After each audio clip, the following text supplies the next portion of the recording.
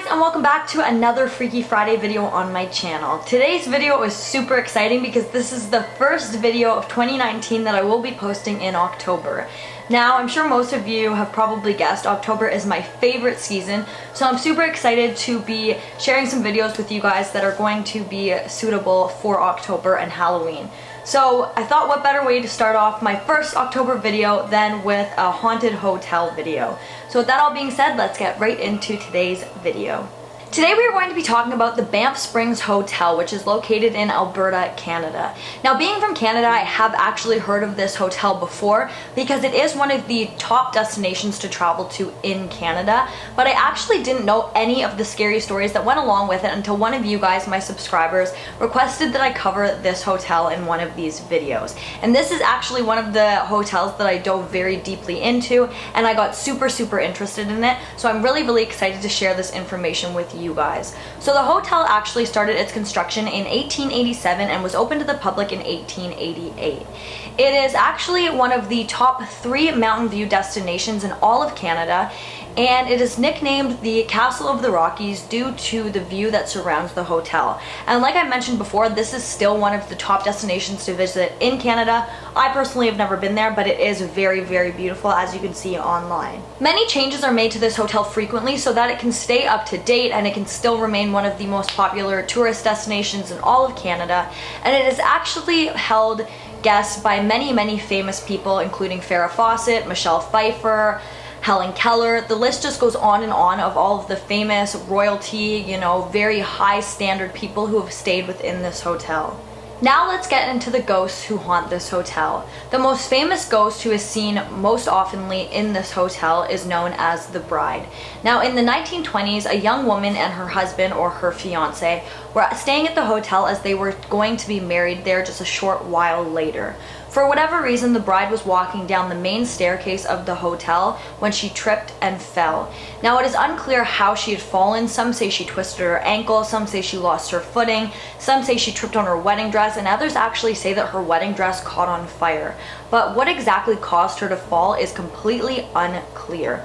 Although what is clear is that when she fell, she actually hit her head, which caused her to die almost immediately. Since that time, many guests who stay at the hotel say that you can often see the bride ascending the stairs very elegantly. She appears as if she's floating down the stairs wearing a wedding dress, and she is always surrounded by a white haze. On other occasions, many people say that they have seen her dancing around the hotel to music, often in the bar area or the ballroom.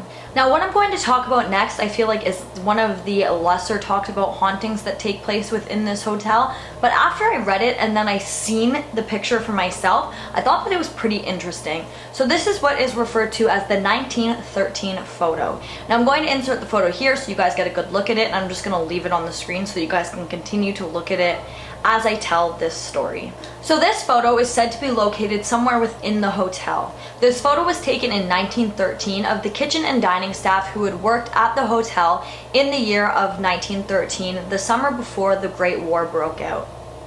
Now, assumably, some of the men who are in this photo did get sent off to war when it did break out the following year after this photo was taken. Strangely enough, if you look very close at this photo, you can actually see somebody standing to the left.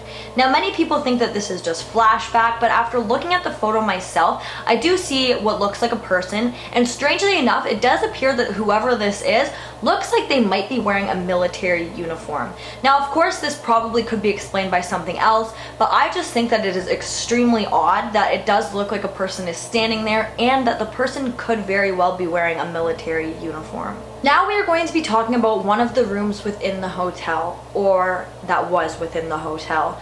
So this is going to be about the room number 873. According to the history of the hotel, a man, his wife, and his young daughter had actually rented out room 873 within the Banff Springs Hotel.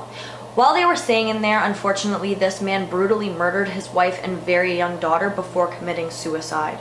The room was actually up for rent for many years following this horrific murder, but the paranormal activity within this room got so severe and took such great heights that the hotel actually had to completely seal off the room. It is now filled with concrete and isn't there at all. Many of the people who had stayed in this room before it was sealed off said that they experienced horrific things during the night. They were often woke up by really, really brutal screaming as if somebody was in horrific pain. And many of the maids who were assigned to cleaning this room said that no matter how many times they went in and cleaned the washroom, there always seemed to be bloody handprints staining the mirror. Since this story broke out to the public, the actual hotel owners have come out and completely denied that any of this happened. But guests who stay at the hotel and people who just live in the area have gone to extreme lengths to prove that this story is true and room 873 did in fact exist. Now, to follow this, knowing how the rest of the hotel is set up is extremely important. So on every other floor besides the 8th floor, there is actually a 73. So there's 873, there isn't 873, sorry, but there is 773, 673, 573, and so on and so forth. Also, where on the 8th floor, where room 873 should be, the baseboard is not lined up and there is actually a corresponding light where the door should be. So all of the doors within this hotel have lights above them lighting up the area in which you would enter the hotel room on every single floor. But on the 8th floor, there's actually just a light over an empty area on the wall, which there isn't in any other floor of this hotel, and that is exactly where room 873 would have been. It is also said that if you knock along the walls between each room, you can hear kind of like a tapping noise, but once you knock along the wall where room 873 would have been, instead of hearing that tapping noise, you hear kind of like a hollowed out knocking sound.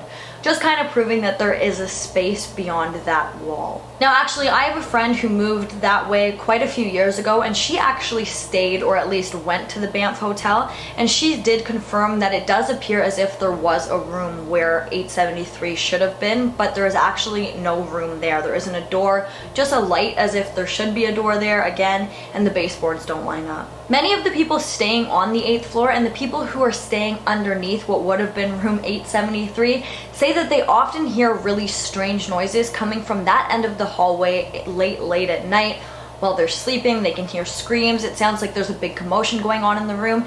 And many people have also reported seeing a ghost of a young girl standing at the end of the 8th floor hallway, looking as if she is lost or like she needs some kind of help. So that is the ghost story of room 873, but we don't know today if that room did exist or if this is just some kind of made up story. Sam McCallie was actually the bellboy at the Fairmont Springs Banff Hotel in Alberta from the 1960s till his death in 1975. Now, Sam wasn't only a hit with the guests because he was an absolutely great bellboy, but he was also a really, really big part of the hotel because all of the guests loved him, all of the staff loved him. He was just pretty much a staple. He was so helpful to absolutely everybody, and he loved helping. So much to the point where he would actually help out the people that he worked with, so nobody had anything but nice words to say about him after his passing. Sam really, really loved working at the hotel, and his favorite part about working there was actually helping out the guests. And he actually vowed to one of his coworkers, just jokingly at the time, that after he passed away, he was going to come back and haunt his workplace. Now again, that was said in passing, just as a joke at the time, but little did the hotel owners and the people who worked with him know at the time that this is exactly what Sam would do. On one occasion, there was actually two women who were checking into the hotel, and once they got up to their room, they were having trouble opening and closing the door. So they called down to the front desk to send up a bellboy to kind of help them figure out what was going on with their doorknob. Now, they said that the bellboy actually appeared quite quickly, like really, really fast, and they were like, wow, this is great service, and the bellman came and fixed their doorknob so that the door would open and close properly, and then he moved on his way. Just moments after this bellboy left, a different bellboy came around the corner, and this boy was actually sent up by the front desk. It later turned out that the man who had first come to the room and actually helped the women fix the doorknob was Sam himself. The ghost of Sam is said to have been seen all over the hotel in all different areas, but he does seem to favor the 7th and 9th floor. Now, he actually had an office on the 7th floor, which has since been turned into a guest room, so he does kind of favor that area. He is also often seen opening and closing the doors for guests, and just like the scenario that I just shared with you guys, he often shows up when guests need some kind of help, and it doesn't seem like the main bellboy or the guy that the front desk is sending to help the guests doesn't arrive fast enough in his mind. In the bar area of the hotel, there's actually 2 ghosts that have been reported to be seen within this area quite often. One of them seems pretty harmless. He usually shows up very late at night when someone has had too much to drink and just politely asks them to go back to their room or go to bed. Now, I don't know if this is looking out for the hotel or if this is looking out for the guests, but it does seem quite harmless, as if the ghost is doing something good. But the next ghost that I'm going to talk about is like something out of a horror movie.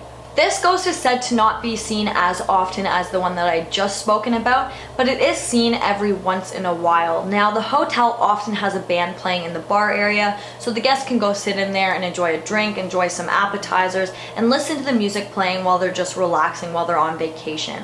Oftentimes a guest or a staff will look up to where the band should be playing and see a man standing there playing an instrument, and he has no head.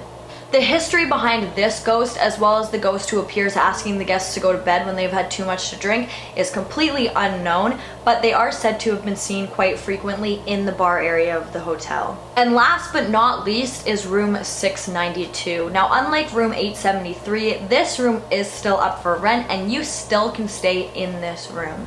But guests who have stayed in this room say that they often feel a presence in there with them when they are either completely alone or the person that they are with is with them, but that is not the presence that they feel. Now, whoever or whatever it is that haunts this room, the history isn't known. Nobody is quite sure who exactly it is who is haunting this room, but guests often say that they are woken up in the middle of the night by their pillows being completely yanked out from underneath their heads, and often some of the guests have even reported being completely shoved off of the bed by an invisible force. But guys, that is all that I have on this hotel. I hope that you guys enjoyed this video. If you did, please give it a big thumbs up. Don't forget to comment down below what you'd like to see in my future videos, and don't forget to subscribe and turn on that notification bell so that you don't miss any future videos from me. Thank you so much for watching, and I'll see you in the next one. Bye guys!